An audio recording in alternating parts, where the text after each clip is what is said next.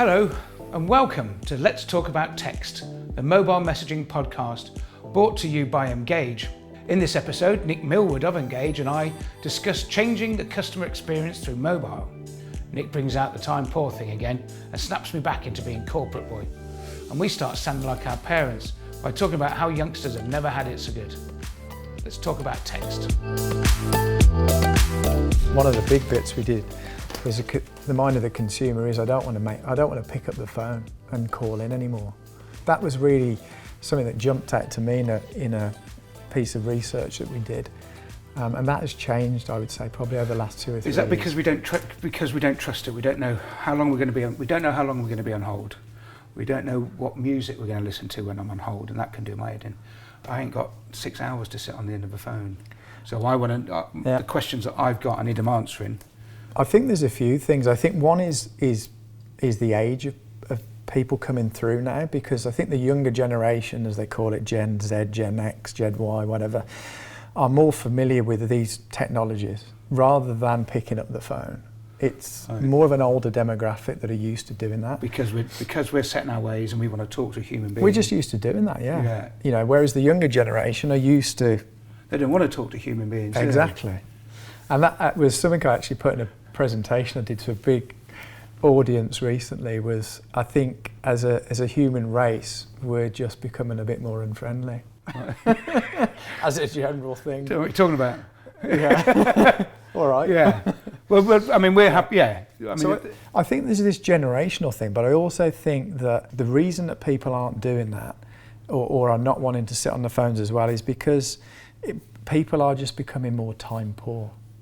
You know, if I can just fire off a message and get the answer back later on, it's not that the information I want to get back isn't important, but I'd rather go and have a pint or eat a golf ball or something like that, rather than sitting on the phone for an hour. You know, sometimes when you get to somebody on the end of the phone, that can be the most frustrating part of the whole thing.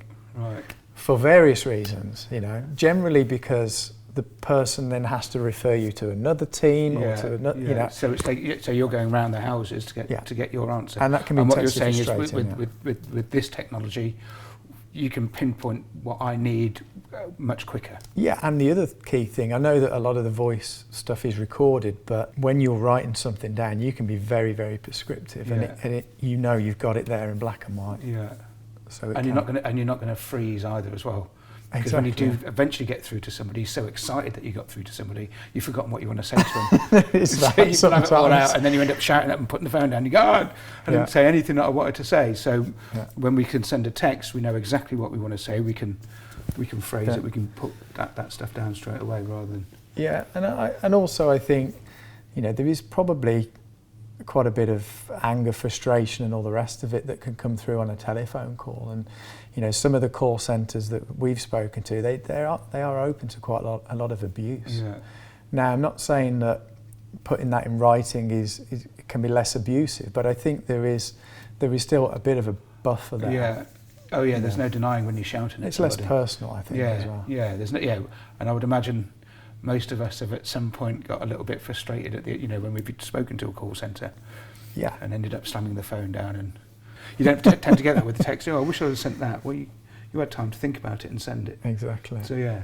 And you're all, you know, through a mobile text message, there is a very clear audit trail, which is a bit different to something like Twitter, where, you know, you get these horrible trolls on there where they are writing pretty disgusting things, I think, because they feel as though they're not going to get pulled up on it. Whereas through sending a text message to your gas or phone company or whoever it might be, they know it's you. Yeah. And maybe people are less likely to You're be not going to be mean to the gas man, are you? Yeah. Yeah. It's weird, isn't it? I mean, psychologically, when you're in front of somebody, you're less likely to have an argument. You would think putting it in writing, you're more likely. Yeah. But on the phone, from what I've heard anyway, people do a lot more shouting, ranting. Yeah, I suppose also on text as well, you can come across quite clever because you can use long words that you can look up beforehand and send this text off. And you've got spell checker as well. I can come across quite intelligent when I'm sending a text, but if you talk to me face to face, you think, who's that idiot? Whereas with a text, I can be all considered and, you know, and when they receive the text, I'm dealing with a genius, I better I better be careful.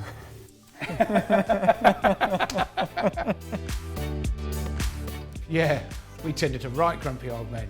Twitter this, call centre that, getting angry and slamming down the phone. Let's hope in the next episode we lighten things up a bit. Anyway, join us next time when we talk about COVID-19. For more information and to hear more episodes of Let's Talk About Text, visit go.mgage.com/podcast.